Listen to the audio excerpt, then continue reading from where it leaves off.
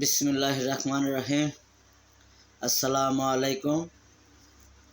আমি কিছুদিন video upload করতে পারি নাই বা করি নাই।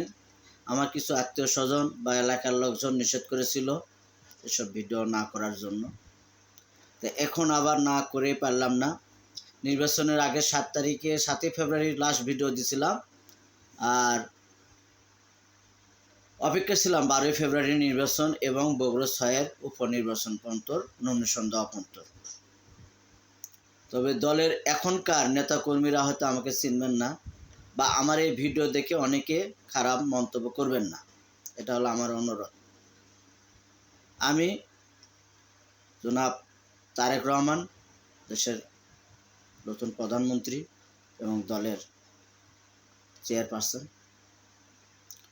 এবং আমার বগুড়া ডিস্ট্রিক্টের অনেক নেতাকর্মী এর ভিতর নাম আসতে পারে, যা আমি জানি, যা আমি সঠিক আমার কাছে আসলো, আমি সেটা তুলে ধরবো ভিডিওর মাধ্যমে একের পর এক।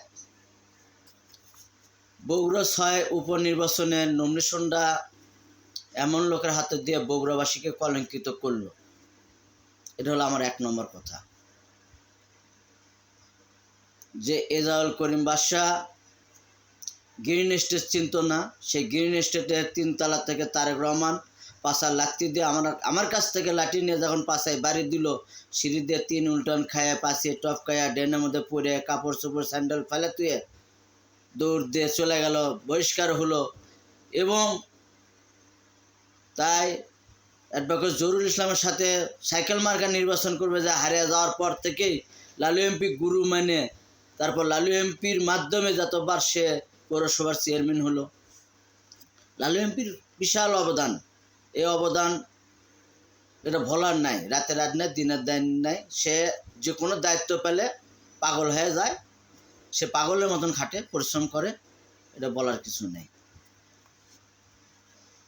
তবে এমন লোক নমিনেশন করলো যে ফ্যামিলিতে আওয়ামী লীগের দোসর এবং আওয়ামী লীগ পরিবারটা বেশি। এজাউল করিম বাদশা 17 বর্ষে আমার মনে হয় না একদিনও জেলে গেছে। তার বিরুদ্ধে মনে হয় মামলা আছে কিনা তাও আমি জানি না। আর প্রধানমন্ত্রী সাহেবক ম্যাডামক ধরার আগে বাংলাদেশে সর্বপ্রথম লালু এমপিকে ধরছিল। জানে যে তারেক রহমান এবং খালেদা জিয়া 111-এ আটকাতে গেলে, 111 ফখরুদ্দিন মইনুদ্দিন সরকার টাইমে তাকে আটকাতে গেলে বাংলাদেশের ভিতরে কেউ না লড়লে বগুড়া ডিস্ট্রিক্টে লালু এমপি লড়বেই। এবং 7 মাথা শেষজুল একটা ডাক দেয়, তার ডাকে লক্ষ লক্ষ নেতাকর্মী নামে আসতে পারে। এই ইয়েতে তার 6 থেকে 7 দিন আগে তাকে ধরল, তার ওয়াইফকে ধরল, তার কর্মচারীরা থেকে আরম্ভ করে প্রায় লোকেকে ধরে ধরে র্যাব রিমান্ডে নিয়ে গেল। তার গ্রামের বাড়ির গমস্তা ফটিকং নিয়ে যে তাকে ধরে টর্চারিং করে 16 পর্যন্ত সে ক্যান্সারে মারা গেল। আমাকেও ধরতে গেছিল, আমি লঙ্গি পরে গেঞ্জি গায়ে দিয়ে এক কাপড়ে পালিয়ে চলে গেছি ঢাকার বুকে, যে গার্মেন্টস করছি। তবে লালু এমপি সাথে তারেক রহমান এটা করাটা আমার মনে ঠিক হচ্ছে না।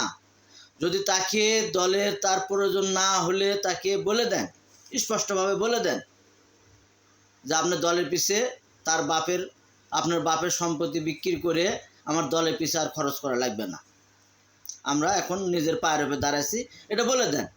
তার জমি জমা সম্পদ বেচতে তার কিছুই নাই। তার লাস্টের দিকে তার লাতিপুতির কাছে যেটুকু থাকবে আমার মনে হয় থাকবে কিনা, তাই যদি আর যদি 5 বছর দল করে আমার মনে তার কিছু আর থাকবে না এই দল পাগল লোকটার জন্য। কেননা এই যে খালেদা জিয়া মারা গেল, বাংলাদেশের এই বিএমপি করে অনেক নেতা কর্মী অনেক কোটি কোটি কোটি কোটি হাজার হাজার কোটি টাকার মালিক হয়েছে। 41 দিনত যে তার যে একটা কাঙ্গালি ভোজ করতে হবে, চেহলাম করতে হবে, এটা কোনো নেতাকর্মীর কাছে ছিল না, জানা ছিল না। একমাত্র লালু এমপির কাছে জানা ছিল। হ্যাঁ, তার 2-3 গরু জব করে বাগবাড়ি জিয়া রহমানের ওই শহীদ জিয়া কলেজের মাঠে তা 7,000 লোকের আয়োজন করে এই কাঙ্গালি হোস বা সেলাম করতে হবে তার নিজের টাকা খরচ করে। কে আমার গাবতলী থেকে যে আগে নমিনেশন দিয়েছিলেন, এই 5ই আগস্টের পরে বগুড়া ডিস্ট্রিক্টে অনেক নেতা কলা আঙ্গুল ফুলে কলা গাছ হয়ে গেছে, হাজার হাজার কোটি টাকা কামাই করছে। লালু এমপি জুলি কামাই করতো, তার বাপের সম্পত্তি বেচা লাগতো না। আজ বগুড়া ডিস্ট্রিক্টে না, নর্থ বেঙ্গলের ভিতর না, রাজশাহী বিভাগের ভিতর সর্বোচ্চ ধনী থাকতো সে যদি 2 নম্বর এবং দুর্নীতি করতো, বা সে 5 আগস্টের পর জুলি এরকম কিছু চিন্তা ভাবনা সে নিত। কেন বগুড়া যে কটা সব নেতা সবার লালু এমপির বিরুদ্ধে গেছে, যে লালু এমপি যদি এই জায়গায় যদি মনে হয় সাকসেস হয়, তাকে যদি আটকান না যায়, তাহলে তারা যে এই 17 বছর যে আকাম করছে এলে বের হয়ে যাবে, ভবিষ্যতে আরও করতে পারবে না, এটা তারা ভালোভাবে জানে। এই জন্য তারেক রহমানের আশেপাশে ড্যানেজি করা আছে, এদেরকে এই রেজাউল করিম বাদশাহ মোহন 500 কোটি টাকা 1000 কোটি টাকা খরচ করতেছে এই তারেক রহমানের আশেপাশের লোকের। এবং বগুড়া ডিস্ট্রিক্টের যে কটা এমপি হলো, গোলাম মোহাম্মদ সিরাজ সে কীভাবে ভুলে তার সাতকার তার বন্ধু কাজী রফিক ইসলাম, সবাই 111 টাইমে সবাই সংস্কারপন্থী হয়ে চলে গেল। বগুড়া 6টা হুইপ ডিনা জিয়াউল হক মোল্লা 7টা এমপির মধ্যে 6টাই চলে গেল, এক লালু এমপি কিন্তু যায় নাই। যে কী পরিমাণ ভালোবাসে। আর সেই জায়গা কি বলবো, এই 2 এমপি বাদ বাকি জেলা এমপি হলো মোর্শেদ মিল্টন, শাহ আলম, মোশারফ, আদমদিঘির মজিদ তালুকদার ছেলে, এরা যে আলো, এরাও এমপিকে সাপোর্ট করলো না। কারণ এরা জানে যে লালু এমপি যদি এই জায়গায় আসে সর্বোচ্চ ক্ষমতাধারী হবে এবং ভবিষ্যতে তারা এখান থেকে কিক আউট হয়ে যেতে পারে।